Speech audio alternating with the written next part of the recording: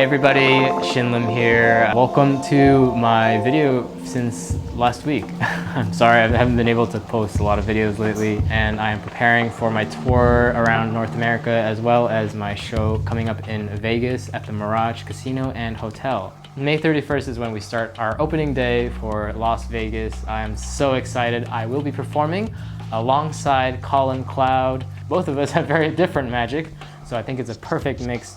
If you're in Vegas or if you want to make a trip out there, go ahead, come see my show. It'll be really fun. I'll say hi, we'll do some close-up magic, card magic. Who knows, I might even fool you.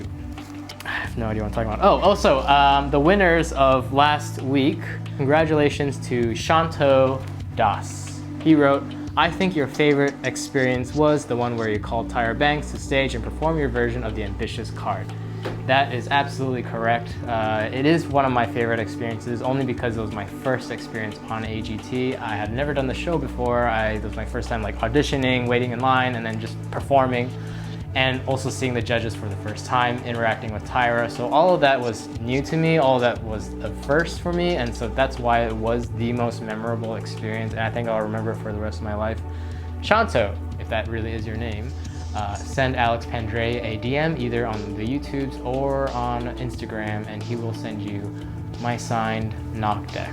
The signed version of the signed series of the knock deck, Shin Lim version 2.0. I think my hair is fine, just the way it is. Should I not just keep it like this for the show? It looks like a nest or something, yeah? How about that? What do you guys think? Comment below on whether or not I should get a haircut or if I just keep it this length. Might be down here when I see you in May at the Mirage. So come to the Mirage. Please come to the Mirage. I need the ticket sales. Welcome to the trick that I just showed you. It's not really a trick, it's more of a flourish. I call it the backpack back shot. It's a weird name, I just came up with it just now, but it's essentially a move that I would incorrectly learn from Kevin Ho. Kevin Ho had a move where he would shoot a card into the deck. I think it's something like this. I can't really do it very well.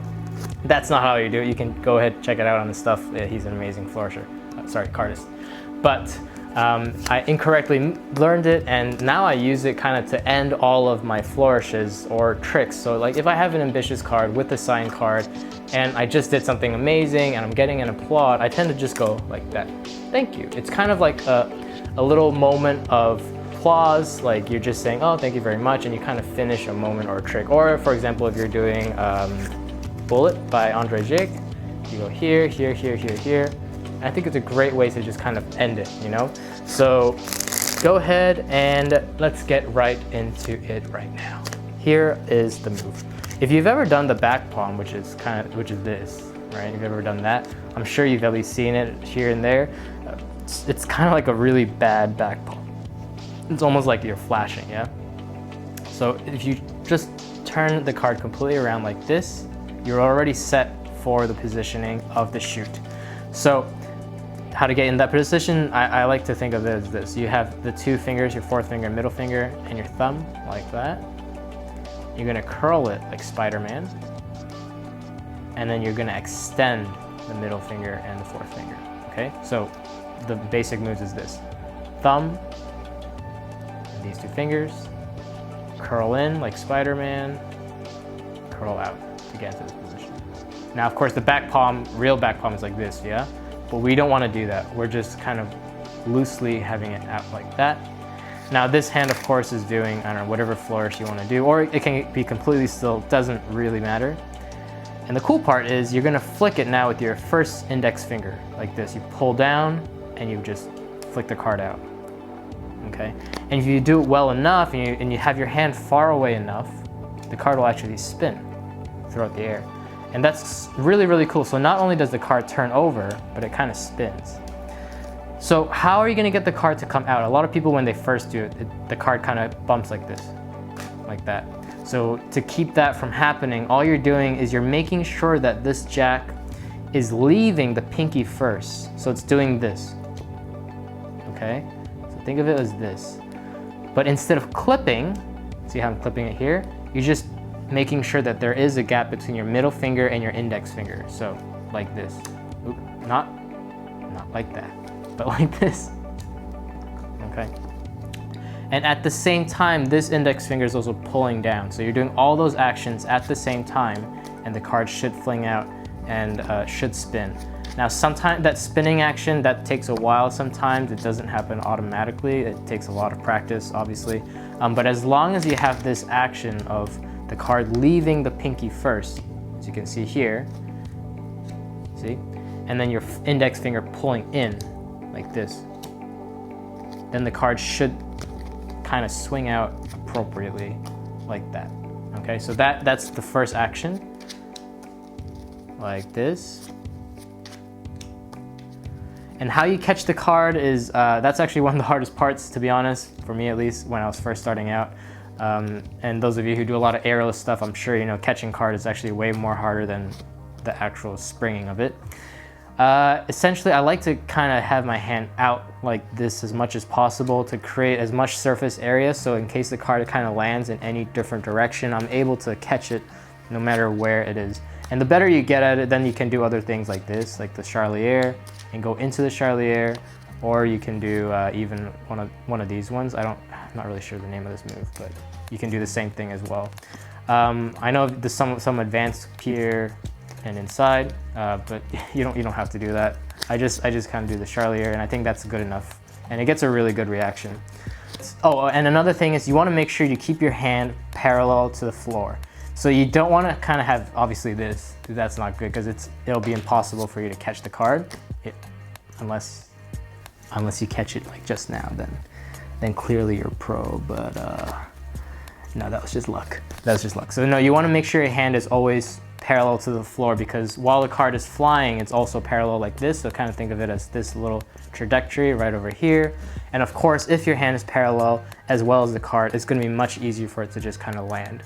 Okay, so that's pretty much it. Index finger, you want it to kind of have it at like this when you're first starting out, especially when you're kind of beginning this move. It's very like daunting, and the card's kind of flying everywhere. So you want to kind of cradle your hand like in this position. Because having it in this position, I have it like this now because I've done it a lot. But I think when you're first starting out, sometimes the card can hit these three fingers while it's flying in the air like that. So you want to leave a lot of room for you to be able to catch the card. You won't need to do anything. You'll just kind of let the card drop. And again, extend your hand as much as possible. That way the card just kind of lands on either one of the fingers, like either here, here, or here. Because again, the friction is going to cause the card to stop. So in my opinion, it's kind of a success even if it lands like that. Because at least the card didn't fall on the floor. Ideally, obviously, you want the card to land perfectly here. It doesn't happen all the time. It doesn't happen for me either. But the more you extend your hand, the more surface area and the more friction these fingertips will have to stop the card. So, but now that I've done it so much, I can have my hand here like this, and then I tend to just catch it with my thumb or my other three fingers like that, or like that. So I'm able to kind of track the card with my eyes, or like that if I'm doing a charlier, right into it. It's really nice move. And there we go. Let's take a look at some slow-mo shots of this close up. That way you can kind of figure out the fingering positions.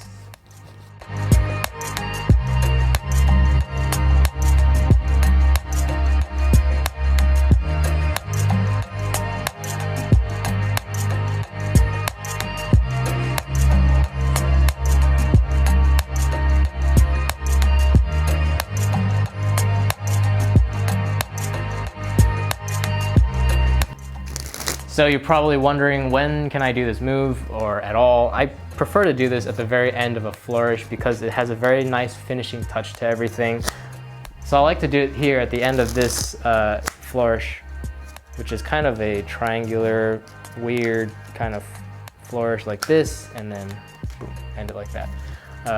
And then also I like to do it at the end of bullet. If you guys enjoy bullet, I do as well.